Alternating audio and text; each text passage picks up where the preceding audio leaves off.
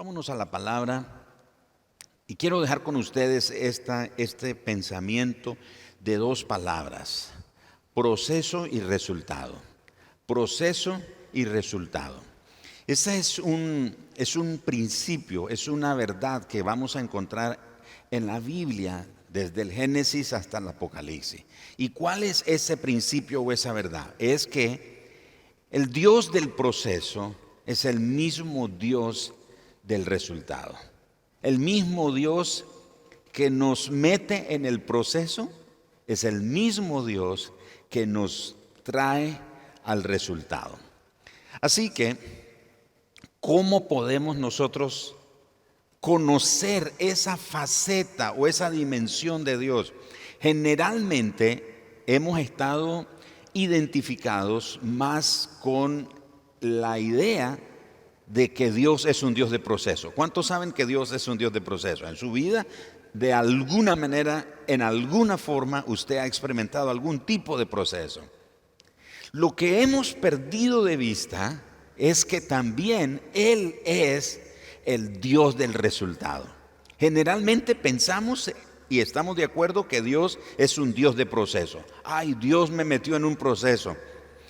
E ignoramos cuál va a ser el resultado. Pero lo interesante es que ese Dios del proceso es el mismo Dios del resultado.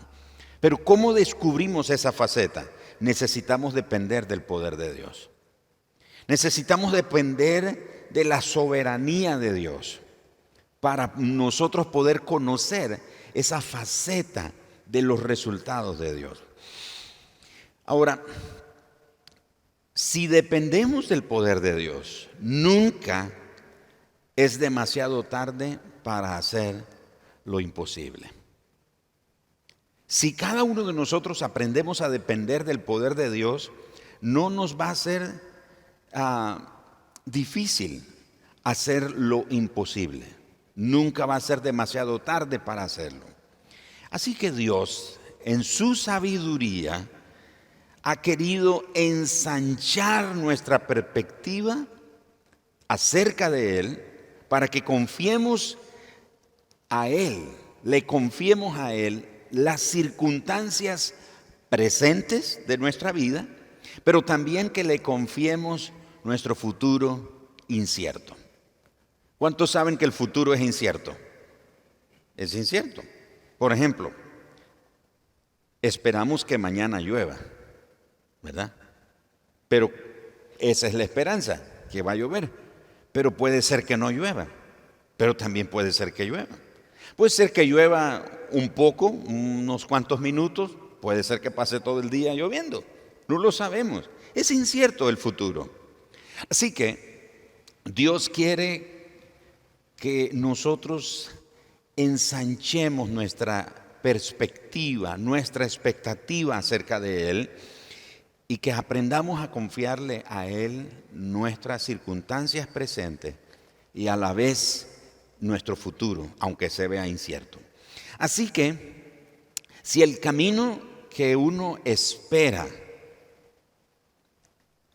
que se abran puertas en ese camino, resulta que si esas puertas o en ese camino que estamos esperando, que se abran las puertas de Dios para nosotros, puede ser como parte del plan de Dios que Él nos desvíe o nos lleve por un callejón sin salida.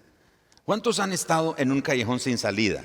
Y no me refiero a que se perdió en una dirección, sino en un momento en su vida usted sabe, siente, es consciente que está en un callejón sin salida. ¿Cuántos han estado ahí? Yo he estado un par de veces, varias veces, en un callejón sin salida. Pero ¿qué pasó? Si uno ha estado esperando en ese camino, voy confiando en Dios, voy esperando en Él y estoy con la expectativa que Dios abra puertas en ese camino. Pero resulta que lo que Dios hizo fue más bien llevarme por un desvío o llevarme a un callejón sin salida. Un ejemplo de eso fue el pueblo de Israel. Ustedes saben que el pueblo de Israel sale de Egipto y era cuestión de horas, menos de 24 horas para que ellos pudieran llegar al punto de partida en su camino o en su ruta hacia la tierra prometida. Pero Dios los llevó por el camino más largo. El Señor los lleva por el camino más largo y encima de llevarlos por el camino más largo, los lleva a un callejón sin salida, el Mar Rojo. Los lleva a ese punto. Y bueno, cuando nos toque vivir momentos como eso, no nos apresuremos en cuanto a cuestionar a Dios inmediatamente. Todos tenemos la tendencia de cuestionar a Dios. ¿Por qué ahora? ¿Por qué a mí? ¿Por qué de esta manera? ¿Por qué no en otro tiempo? ¿Por qué no a otra persona? ¿Por qué me tuvo que pasar a mí? Esas son preguntas que nos llevan a cuestionar a Dios porque Él nos llevó a un callejón sin salida. Otros nos apresuramos a dudar de Dios. Al encontrarnos en un callejón sin salida o al ver que no se abre ninguna oportunidad o ninguna puerta, entonces comenzamos a dudar acerca del plan de Dios para nosotros. Ahora recordemos esto. Es importante que tengamos presente esto. Nosotros no debemos de confundir la situación por la que estamos atravesando con el destino hacia donde estamos supuestos a llegar. Muchos nos confundimos en la travesía y perdemos de vista el destino hacia donde vamos. Nos confundimos, nos desanimamos en la travesía, nos desalentamos en la travesía, precisamente porque perdemos de vista el destino. Así que, a pesar que hayamos pasado por una sequía espiritual en nuestra vida, a pesar de que hayamos pasado por una sequía relacional o una sequía financiera, Dios espera que nosotros sigamos adelante. Si hemos pasado por sequías de desilusión, por sequías de distracción, por un desvío, Dios desea que nosotros, a pesar de eso, continuemos adelante.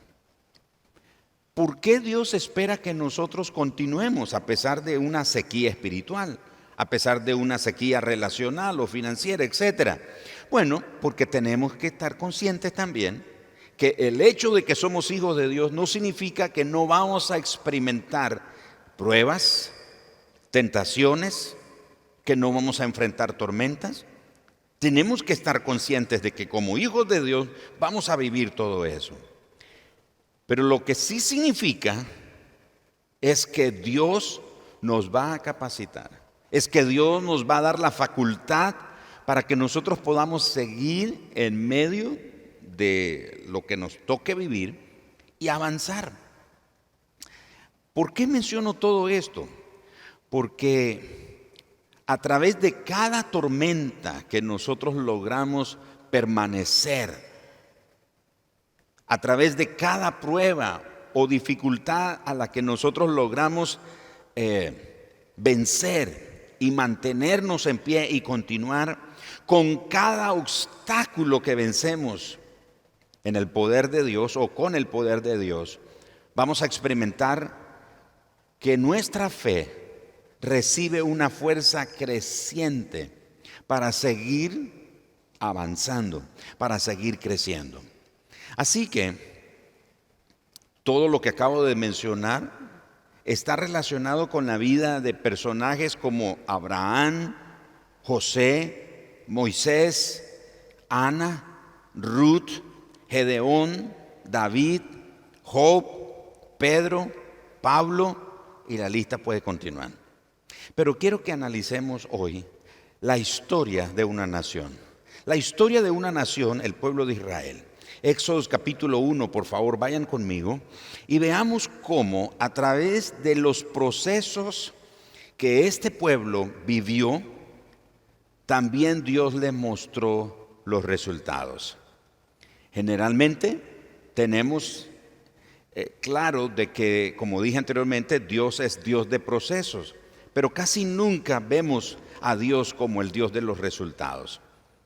Es decir, Al final experimentamos un resultado, salimos adelante, pero a veces se nos olvida que ese resultado es de Dios. No fue porque tuvimos buena suerte, no fue porque fuimos hábiles o porque fuimos más listos que otros. Es parte del resultado de Dios. Éxodo capítulo 1, por favor, vea conmigo a partir del versículo 6 hasta el verso 14. Y vean qué interesante. Los primeros 5 versículos describe que José y toda su familia llegan a Israel. Muere José y vea lo que ocurre. Entre tanto, bueno, verso 6, y murió José y todos sus hermanos y toda aquella generación. Murieron todos los hijos de Jacob. Y los hijos de Israel fructificaron y se multiplicaron y fueron aumentados y fortalecidos en extremos y se llenó de ellos la tierra. O sea, se hizo un pueblo poderoso.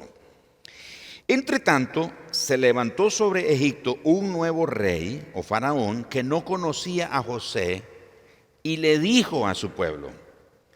Ahora, ¿por qué dice no conocía a José? Porque recuerden que José ganó favor delante del faraón anterior que lo puso de segundo en el reino. Así que este texto dice que este rey se levanta, pero no conocía nada de José. Llama la atención eso, que no hubiera conocido de José, pero bien, dice que no conocía a José y dijo a su pueblo, el faraón le dijo a su pueblo, he aquí, el pueblo de los hijos de Israel es mayor y más fuerte que nosotros. Ahora pues, seamos sabios para con él, para que no se multiplique y acontezca que viniendo guerra, él también se una a nuestros enemigos y pelee contra nosotros y se vaya de la tierra. Entonces pusieron sobre ellos comisarios de tributos que los molestasen con sus cargas y edificaron para Faraón las ciudades de almacenaje de Pitón y Ramesés. Pero cuando más los oprimían, tanto más se multiplicaban y crecían de manera que los egipcios temían a los hijos de Israel. Y los egipcios hicieron servir a los hijos de Israel con dureza y amargaron su vida con dura servidumbre en hacer barro y ladrillo y en toda labor del campo y en todo su servicio al cual los obligaban con rigor. Y por si fuera poco, le dijeron a las parteras que atendían los nacimientos de los niños ahí para el pueblo hebreo, que cuando naciera un niño y si veían que era del sexo masculino, que lo mataran. El relato bíblico dice que estas mujeres temieron al Señor y preservaron la vida de los niños, entre ellos Moisés. De manera que el Señor, dice el texto, que las prosperó, bendijo la familia de ellas porque temieron al Señor y no al faraón. Pero vemos entonces que es un pueblo grande, se multiplica. Este faraón dice, si viene un enemigo a pelear contra nosotros, estos son capaces de aliarse con los enemigos y nos van a exterminar. Así que los esclavizan. Y hermanos, los esclavizan durante 470 años, casi 500 años de esclavitud. Ese, si usted no lo sabía, se conoce como uno de los periodos de silencio de Dios. Porque durante 470 años Dios está mudo. Dios no habla. Dios no dice nada. Lo que el pueblo de Israel conocía de Dios era lo que se transmitía de una generación a otra generación. Vaya conmigo ahora al capítulo 3. Y es interesante porque entre el capítulo 1 y el capítulo 3 de Éxodo hay 470 años. Ocurren 470 años. Y vean lo que ocurre en el capítulo 3, verso 7. No lo vamos a leer todo el capítulo, lo puede hacer usted en casa. El Señor se le aparece a Moisés y dijo luego Jehová, noten esto, bien he visto la aflicción de mi pueblo que está en Egipto y he oído su clamor a causa de sus exactores. pues he conocido sus angustias y he descendido para librarlos de la mano de los egipcios y sacarlos de aquella tierra a una tierra buena y ancha, a tierra que fluye leche y miel, a los lugares del cananeo, del eteo, del amorreo, del fereceo, el heveo, el jebuseo. Verso 9, el clamor pues de los hijos de Israel ha venido delante de mí, y también he visto la opresión con que los egipcios los oprimen. Ven por tanto ahora, y te enviaré a Faraón para que saques de Egipto a mi pueblo, los hijos de Israel.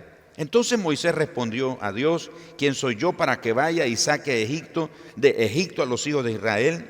Y él respondió: ve, porque yo estaré contigo, y esto te será por señal de que yo te he enviado. Cuando hayas sacado de Egipto al pueblo, serviréis a Dios sobre este monte. Así que entre el capítulo 1 y el capítulo 3 de Éxodo hay 470 años. Bueno, durante ese periodo el pueblo ha sido oprimido, pero como dice el capítulo 1 de Éxodo, entre más los oprimían, más se multiplicaban. Entre más carga ponían sobre ellos, entre más los oprimían, entre más presión ponían sobre ellos, se hacían más numerosos. Y llega el momento en que Dios le habla a Moisés, lo comisiona y le hace saber que ha llegado hasta sus oídos el clamor de su pueblo. Pero ese es uno de los períodos en los que Dios guardó silencio. El otro período es el que se conoce como el período intertestamentario, es decir, entre el Antiguo y el Nuevo Testamento. El último libro del Antiguo Testamento es Malaquías y el primer libro del Nuevo Testamento es Mateo. Entre esas dos páginas, entre esos dos libros hay 400 años de silencio. No hay profecía, no hay nada, no hay revelación, no ocurre absolutamente nada. Y es interesante porque en cada uno de esos tiempos de silencio, Dios estaba llevando a su pueblo a través de diferentes procesos. Pero hermanos, lo interesante a donde los quiero llevar es que el pueblo de Israel está 470 años en esclavitud, todo un proceso en el que Dios los metió, pero no habían terminado de salir del proceso. Eso apenas empezaba y les toma 40 años viviendo en el desierto, y en el desierto ocurren cosas increíbles. Resulta interesante que después que su pueblo sale de la esclavitud, el Señor los lleva finalmente hasta la tierra prometida. Todos sabemos que el pueblo no le cree a Dios porque 10 espías que fueron a espiar la tierra dijeron que no se podía, y la gente se atemoriza y dice no vamos a entrar a la tierra prometida, etc. Esa rebelión, esa desobediencia les costó 40 años, un año por cada día, porque los espías estuvieron 40 días espiando la tierra. Y dice el Señor, un año por cada día. Así que regresan 40 años al desierto y ahí comienza el proceso todavía de refinamiento. Así que los desiertos sirven para probar nuestra fe. Los desiertos sirven para revelar las verdaderas motivaciones de nuestro corazón. Cuando el Señor dice, lo pueden leer ustedes en Deuteronomio capítulo 8, el Señor dice, acuérdate del Señor que te hizo venir por el desierto y el calzado nunca se desgastó, la ropa nunca se te desgastó, etcétera, etcétera. Dice, el Señor hizo todo esto para conocer si habíais o no de temerle a Él, si habíais o no de seguirle u obedecerle a Él. Ahora, la pregunta no es más bien, o más bien la pregunta es, ¿quién era el que necesitaba saber? ¿Dios o Israel? No era Dios, Dios lo sabía. Los que necesitaban descubrir su verdadero corazón era el pueblo. Y para eso Dios los mete en el proceso del desierto para que ellos descubran. Hermano, si usted o yo en algún momento enfrentamos algún tipo de desierto. Puede ser financiero, puede ser relacional, puede ser espiritual, puede ser de muchas formas ese desierto. Si usted pasa ese desierto o hoy está pasando un momento, un desierto en su vida y usted en el desierto en que está, se está quejando, se está lamentando y reclamándole a Dios por qué le está pasando eso, si usted es hijo de Dios y si las promesas de Dios son para usted, ¿por qué usted está pasando todas esas situaciones en el desierto? Hermano, el desierto tiene la capacidad de revelar lo que hay en nuestro corazón. ¿Y sabe qué reveló el desierto? El proceso del desierto reveló que el corazón del pueblo de Israel era idólatra. Nace el becerro de oro, reveló que el corazón del pueblo era inclinado al mal, a la desobediencia, a la rebeldía, a la queja, a la murmuración.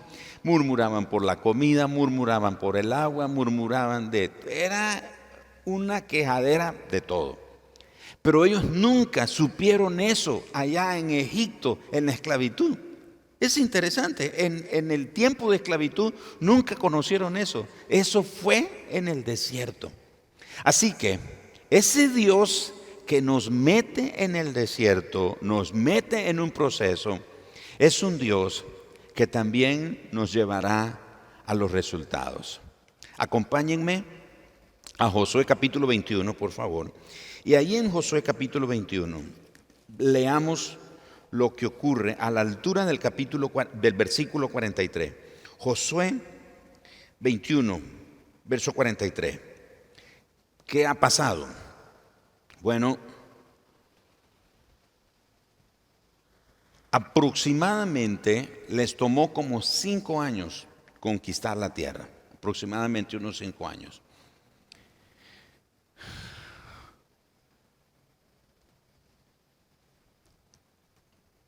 Llegan, conquistan la tierra, la distribuyen y mira lo que ocurre.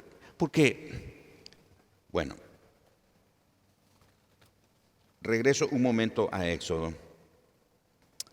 Y en Éxodo capítulo 3, vean esto, el verso 8. Si puede regresar conmigo a Éxodo 3, 8.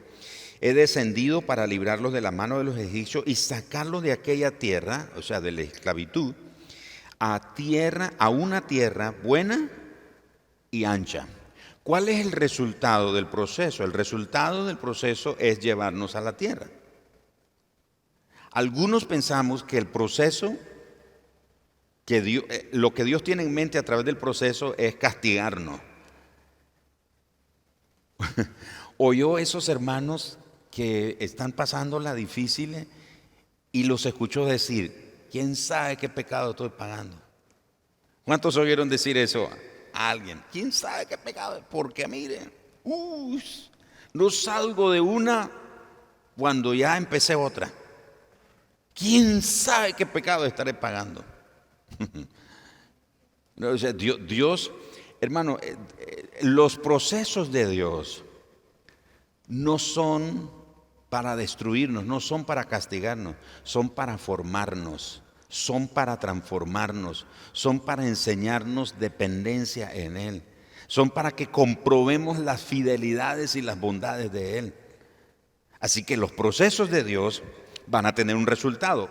Éxodo 3:8 revela que el resultado final de Dios era llevar a su pueblo a la tierra ancha, buena, que fluye leche y miel.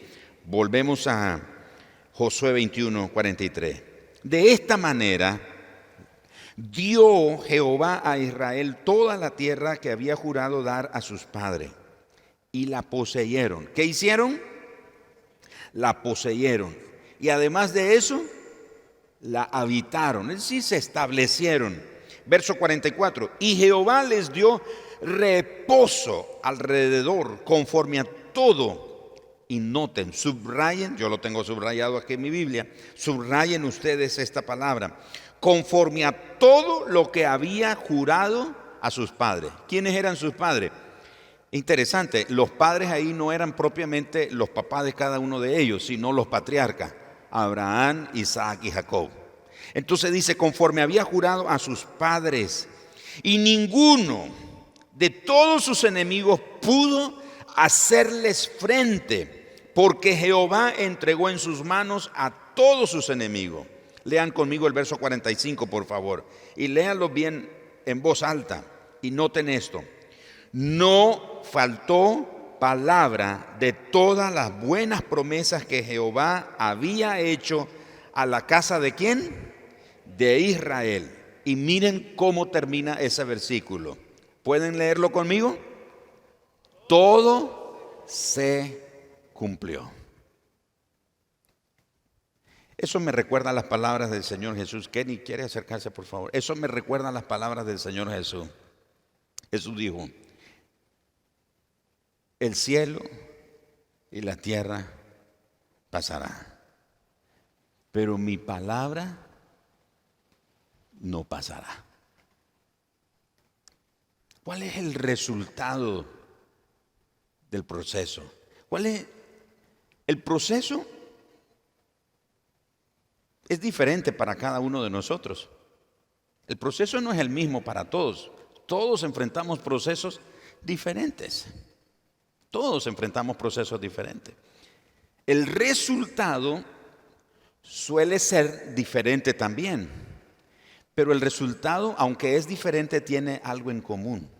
Es cumplir la promesa que Dios nos haya hecho. Hace poco, aquí nuestro hermano Will le tocó pasar un proceso.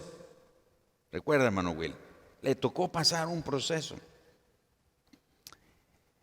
Esa semana a él le tocó, a su familia le tocó de esa manera el proceso. Pero no significa que el resto estábamos felices de la vida, ¿no? Todos, hoy, aquí mismo, todos sentados aquí, todos tenemos algún proceso, estamos pasando algo.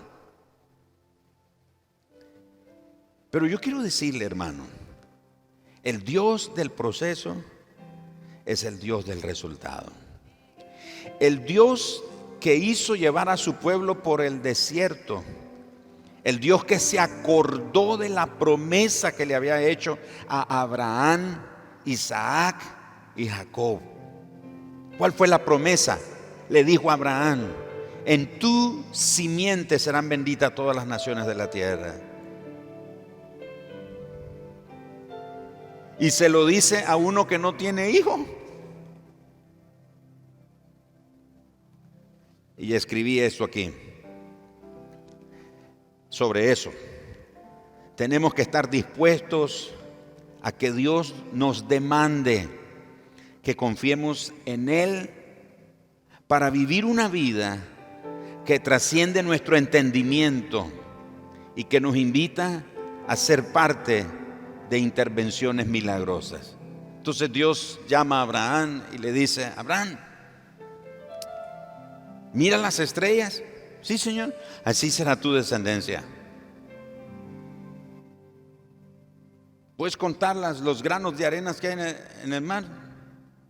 Date una idea. Y Abraham dice, no sé, pero es mucho, bastante. Y dice Dios, así será tu descendencia.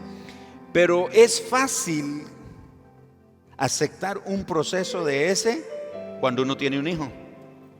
¿Me están siguiendo? Es fácil aceptar un proceso de Dios cuando uno siente o cree que tiene las condiciones para eso que Dios dijo que va a hacer, que sucedan las cosas. Pero qué difícil es cuando Dios nos dice, este será el proceso. Y el proceso, aunque te cueste asimilarlo, el resultado va a ser este. Vas a tener un hijo. Pero Abraham, no solo vas a tener un hijo, vas a tener una gran descendencia, tan numerosa como las estrellas del cielo. Se estima que en el universo hay millones de galaxias. Nosotros, el sistema solar en el que vivimos, es una galaxia de las millones de galaxias que existen en el universo. Y en el universo, escuchen esto, que no está en la Biblia, y no porque no esté en la Biblia no significa que no sea verdad. Lo que estoy es tratando de que usted dimensione las palabras de Dios. En ese universo hay millones de galaxias, y en cada galaxia hay millones de estrellas. Así que cuando Dios le dice a Abraham, tu descendencia será como las estrellas del cielo, Dios no está hablando solo de las galaxias en la que orbita nuestro planeta Tierra. Está hablando de toda la galaxia. Wow, porque la palabra de Dios, cuando Dios habla, la palabra de Dios tiene la capacidad de viajar en el tiempo. La palabra de Dios tiene la capacidad de viajar en el espacio, no tiene límites. Es más rápida que el sonido, es más rápida que la luz.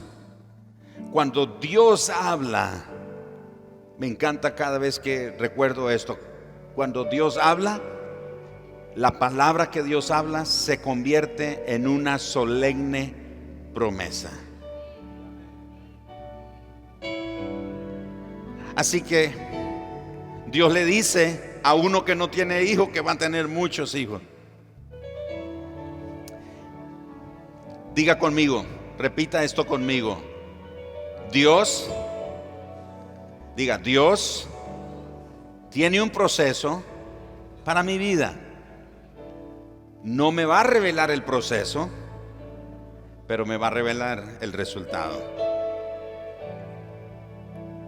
Eso fue lo que pasó con Abraham.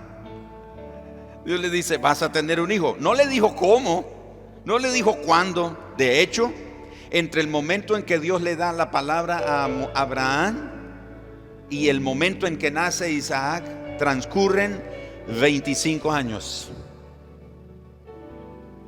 Entre el momento en que José llega a Egipto, Jacob y todos sus hijos llegan, se establecen en Egipto, se establecen con una promesa. Jacob escuchó de su papá las historias de la promesa que Dios les había dado. El texto dice que entraron 70 a Egipto. 70. De un hombre que no tenía hijos, ahora son 70 los descendientes. Y salieron más de 1 millón, sin contar mujeres y niños. Cuando Dios habla a nuestra vida, mis amados hermanos, tengan la plena seguridad que esa palabra nos puede llevar a través de diferentes procesos. No nos van a destruir, nos van a enseñar a depender de Dios, nos van a enseñar a confiar en Él, nos van a enseñar a ser agradecidos, nos van a enseñar a ser gozosos, a estar alegres, a agradecer. Va a producir diferentes cosas en nuestra vida. Pero al final, ese Dios que nos llevó por ese proceso tiene un resultado para nosotros. Yo le confieso, no tengo la menor idea en dónde usted está, en qué punto se encuentra hoy usted. Yo le quiero animar, no se detenga, siga avanzando en el Señor, siga creyendo en el Señor. Puede ser que esté más cerca del resultado de lo que usted se imagina. No desista, no se regrese y tenga la plena seguridad, el Dios que lo lleva por el proceso le va a dar la gracia para que usted soporte ese proceso, pero también le va a dar la vida, la oportunidad de celebrar a Dios por el resultado en su vida. Mis amados hermanos, todo se cumplió. Diga conmigo, todo se cumplió. Y No sé cuántos aquí se atreven a creer que Dios tiene ese propósito para su vida. Todo se va a cumplir. Puede levantar su mano y decir: todo se va a cumplir. Todo. No va a faltar ni una sola de las buenas palabras y de las buenas promesas que Dios ha hablado a ti, a tu familia, a tu descendencia, a tu vida espiritual, a tu negocio, a tu economía, a tu matrimonio, a lo que sea, a lo que Dios ha hablado. No va a faltar ni una de las solas palabras. El viernes estuvimos en Mundo de Fe Sur en una media vigilia.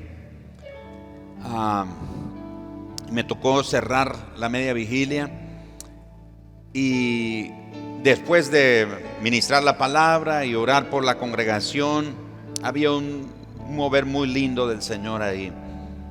Y yo escuché a Dios hablándome nuevamente. Porque cuando Dios me llamó al ministerio a tiempo completo, ya de manera definitiva, me hizo el llamado en una conferencia ahí en Mundo de Fe, en Ticuantepe. Yo trabajaba en una oficina y ese día yo iba con la inquietud. Había una conferencia ahí en Mundo de Fe, en Ticuantepe, me acuerdo. Y yo iba con una inquietud en mi corazón, iba en el bus ahí, yo decía: no, yo tengo que ir. Fui hasta la oficina y le dije a mi jefa: necesito que me dé un permiso hoy. Y yo creo que ese día estaba de bien ella, de buenas, y me dijo: sí, está bien, váyase. Y me fui directo a Ticuantepe. Abro un paréntesis, que por cierto, cuando iba ahí sentado, uno oye de todo en el bus. ¿Cuántos saben eso? Usted oye de todo en el bus. Entonces van dos hermanos que iban a la conferencia también, un hombre y una mujer. Y el hombre dice: mira, que yo ya no sé qué hacer. ¿Por qué? Porque viera cómo me persiguen las mujeres. ¿De veras? Sí, dice el hombre. Y la mujer dice: pues a mí me pasa lo mismo, pues a mí me persiguen los hombres. Y en la iglesia y es. Y yo dije: bueno, estos hermanos, qué raro, porque hablaban de la iglesia, de Dios y eso. Y para sorpresa mía se bajaron conmigo ahí a la conferencia también. Pero bien, yo llegué, me senté. El auditorio está dispuesto, tiene esta misma disposición. Y yo me ubiqué por este lado, en unas sillas de maderas, de esas plegables, me acuerdo. Y ahí me senté. Había un costarricense predicando de nombre Juan, no me acuerdo el apellido. Y Juan está predicando y yo sentía en mi corazón un fuego que ardía. Yo sentía que estaba en el lugar que Dios quería que estuviera en ese momento.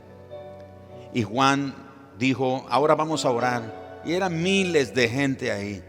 Y dijo: los que puedan venir aquí al frente. Y se dejó venir la avalancha de gente.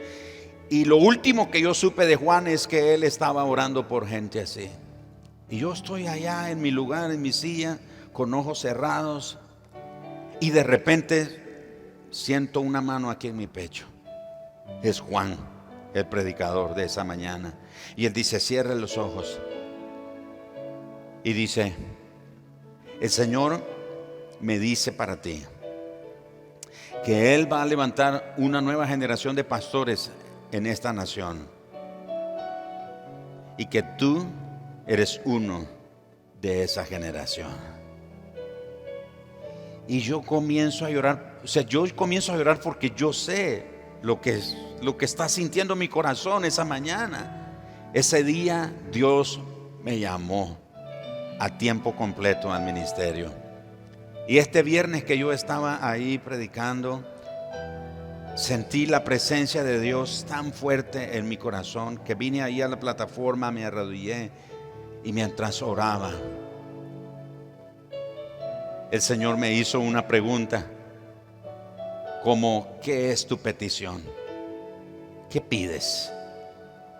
Y mi oración fue: Señor, dame una unción apostólica.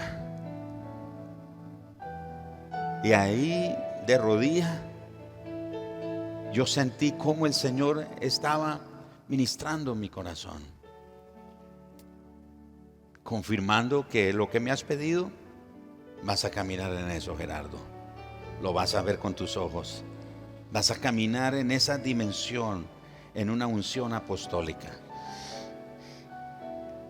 Entonces me dijo el resultado, pero yo sé que eso va a ser un proceso.